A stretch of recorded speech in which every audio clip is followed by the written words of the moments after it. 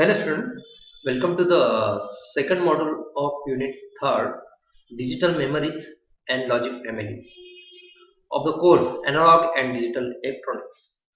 Here I am Mr. C.R. Sinde from Electrical Engineering Department of Mathur College of Engineering and Research Center, Nasik. In this module, we mainly cover read-only memory and erasable programmable read-only memory. Content of this second module is introductions, ROM classifications, ROM organizations, programmable ROM, erasable programmable ROMs, and finally we compare the ROM with RAM memory, that is the random access memory. Introductions. Thus memory are read-only memories and they are programmed only once at the time of manufacturing. The programming is done according to requirement of user, and such a ROM are called as custom program, or in another word we call it as the mask program. We cannot change the program data after the fabrications. Thus the read-only memory are costly, so are suitable only for the bulk use because of the number of chips in millions is available.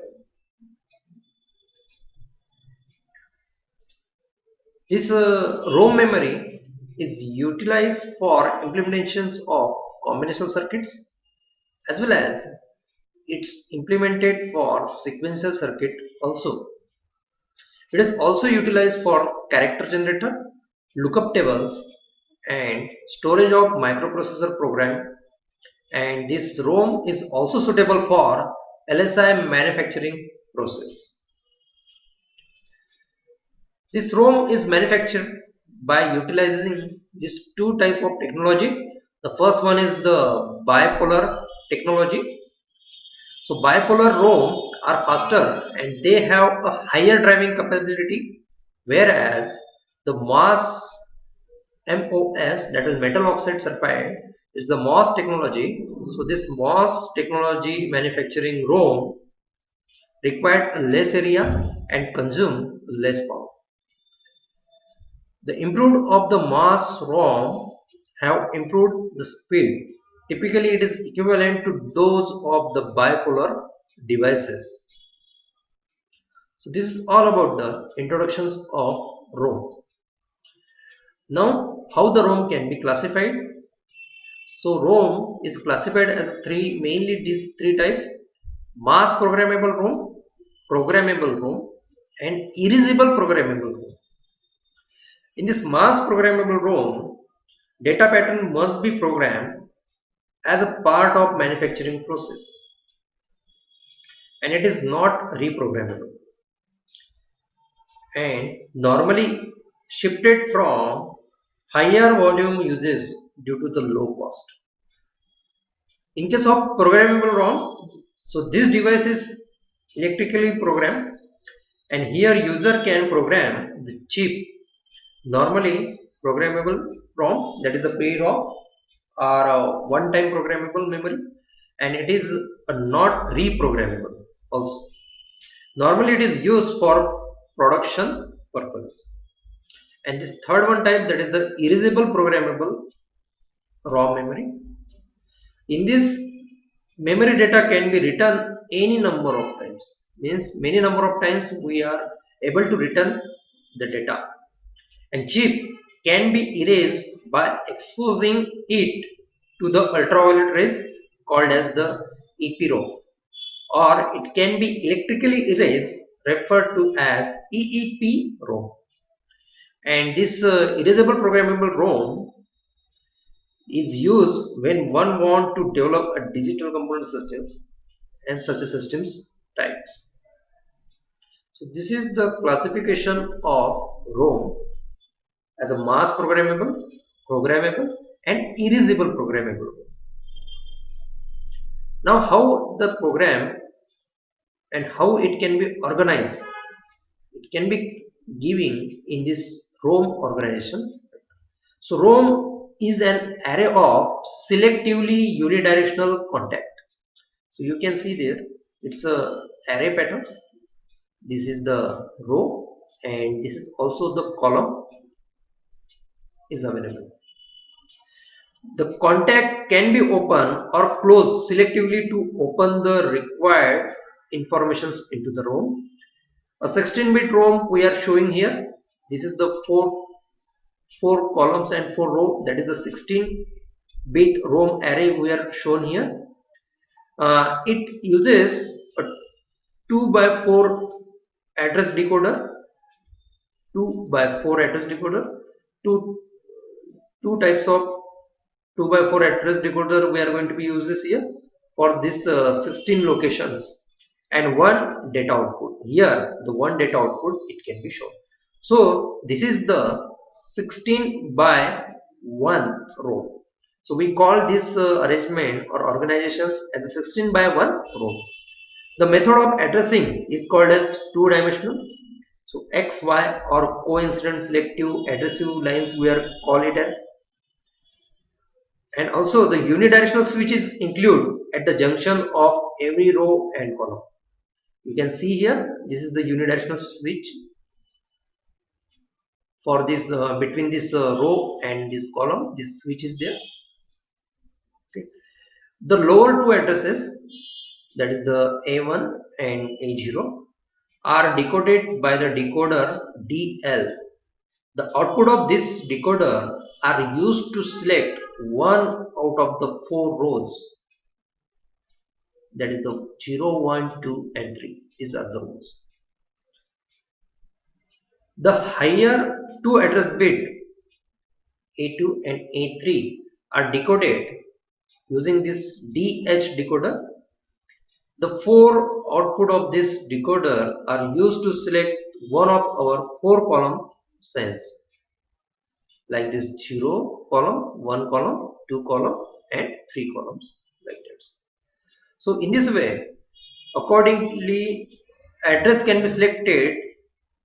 So whatever the input 4-bit address is there, that address is selected and the data can be stored into that particular address.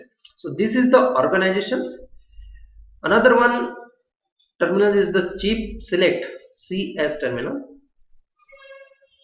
So this chip select input is used to enable the output. If CS, this chip select input, is given or triggered to this drive for this logic gates, then it can be enable the output. Otherwise, accordingly, it can be disable the output.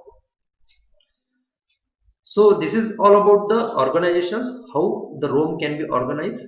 Okay. Now next is the diode matrix. How the switch and the diode are distinguished between that row and column side.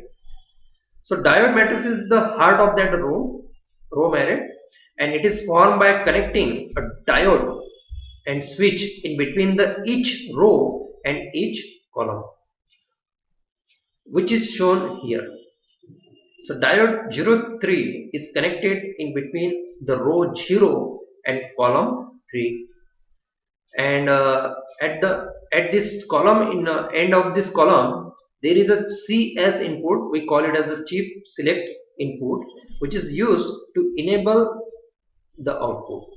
And a ROM is programmed by selectively opening and closing the switches connecting in series with the diode. So in this way, we are select the address and accordingly we can store the data. Now how we can program? In this programmable read-only memory, we call it as a PROM. This memory is programmed by the user and it has a nichrome or polysilicon wire that are arranged in the matrix form. But here only the one line we are selected here, a data line, and only the one column line we are selecting here. So these are the address select line and this is the data line. NOT gate is there. This fuse is very important, and this is the MOSFET switch is there. The functionality of this memory can be viewed as a diode or the fuses as shown in this diagram. When the fuse is intact, when this fuse is intact, the memory cell is configured as a logic 1, while if the fuse is blown, the memory cell is configured as a logic 0, and this memory can be programmed by the user with the help of the special PROM programmer that selectively burn the fuses, and according to bit patterns to be stored, it can be stored the bit at that particular address. So this method is called as the burning of PROM. The PROM are one-time programmable. The information that is stored is permanently in this case. So in this way, this programmable ROM stored the data, and once the data can be stored, so it depends on this fuse, and switching can be done according to MOSFET. And this NOT gate, we are getting or enabling the data from the output bits. Now the EPROM, that is the erasable programmable read-only memory. The EPROM which can be erased using the ultraviolet rays, and here at the top side it is shown there, we call it as the window. So this EPROM having a window on the package, and we can erase this EPROM by exposing it to the ultraviolet lights through this window. The exposure period should be 10 to 15 minutes, and this memory can be reused many times. Okay, programs utilize, if you want to erase, expose this IC with the ultraviolet rays via this window, and the program can be erased, and the IC can be clear and ready for next programming. So in this way, many times it may be reused. So this memory chip can be reused many times. So hence it is suitable for product development, experimental project, and college laboratory. So in this way, this EPROM are used many times. Now we are distinguished between the RAM, that is the random access memory, and the ROM, that is the read-only memory. The RAM we had already studied in the last module. It stores information but in temporary manner, and ROM store the informations permanently. The RAM is the volatile memory. The ROM is the non-volatile memory. Volatile memory means until up to the power supply, it's hold the informations, it's hold or it store the information. But once the supply is disconnect or once the supply is off, then it's erase the all holding informations. So that's why it's a volatile memory. In case of ROM, it's a non-volatile. Even the electric supply is interrupted, even though it store the informations. The size increases with the capacity in case of RAM, while the size and capacity are small as compared to the RAM. Speed of operations is fast, however it's consumed the more power.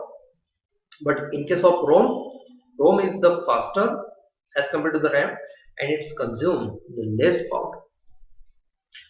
RAM is expensive and ROM is cheaper as compared to the RAM. Whereas the RAM data can be read as well as write. So in last module we have to see how the SRAM or DRAM perform the read and write operations. But in case of the ROM, as the name indicates, it's a read-only memory. So data is only for reading purpose. Now the need of the supply to retain the data. That is nothing but the volatile memory. We have to already cover in the second point. Volatile memory, RAM is the volatile memory. Nothing but it requires a electric supply to retain the data. Whereas the ROM is non-volatile memory, so that's why it does not needs a electric supply to retain the data. Means even though the interruptions of the supply, the data can be retained. RAM, which is used in the central process unit, that is CPU, cache memory, primary cache memory also, but the ROM is used in the firmware as well as microprocessor, microcontroller, etc. So this is the differentiate between the random access memory and read-only memory. Okay, so during this module 2, we are summarized that we are taking the introductions about the read-only memory. Then we studied the classification of the read-only memory. 3 main classifications we studied, and accordingly we can differentiate that 3 terms. Then we move toward the organizations, how the read-only memory can be organized according to row and column lines, and how each and every memory address can be decoded with the help of DL and DH in case of organization.